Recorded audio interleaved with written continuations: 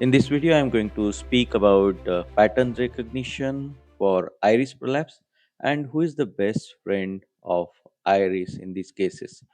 So, this is a patient with very shallow anterior chamber, and at present, the pupil appears not to be well dilated. I go ahead with the heavy dispersive OVD there, and with that visco, I could achieve a better dilatation. Most often, before we start the capsulorhexis, we tend to overinflate the anterior chamber because we want more space and the anterior capsule to be under pressure because we don't want the anterior capsulorhexis to go away. And in that attempt, most of times we kind of overinflate the chamber. And when you see this kind of iris contour towards the main incision, you know, and you have to recognize that this particular iris, there is a high chance of it getting prolapse all throughout the surgery. So you have to activate its best friend mode, that is the hypertony mode. So what I'm going to do now onwards is that even when I'm doing hydrodissection, you can see that I'm continuously removing the OVD and the fluid from the anterior chamber so that I don't get the iris prolapse. And of course, once you have this kind of iris, there is a chance that iris will keep prolapsing.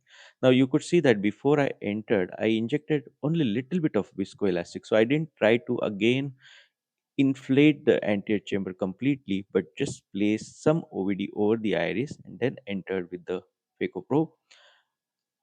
Once you are inside the chamber with the phaco probe and the sleeve completely occluding the incision, usually you don't tend to get that iris prolapsing out, but still it can prolapse out from the side incision. So a smaller side incision usually helps in these cases.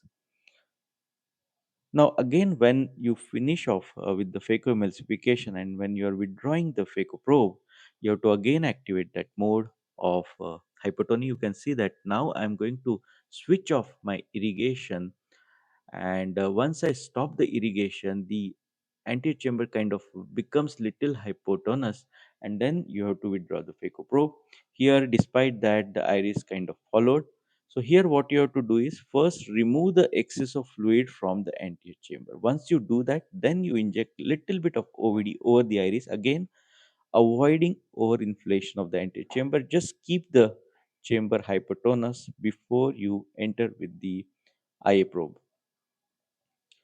Now all throughout you will find that during the entry and while exiting out the probes, I am keeping the eye hypotonous, and same is done whenever we are injecting any fluid. So here again I have stopped the irrigation. You can see that continuous irrigation is off, and then I removed my eye probe.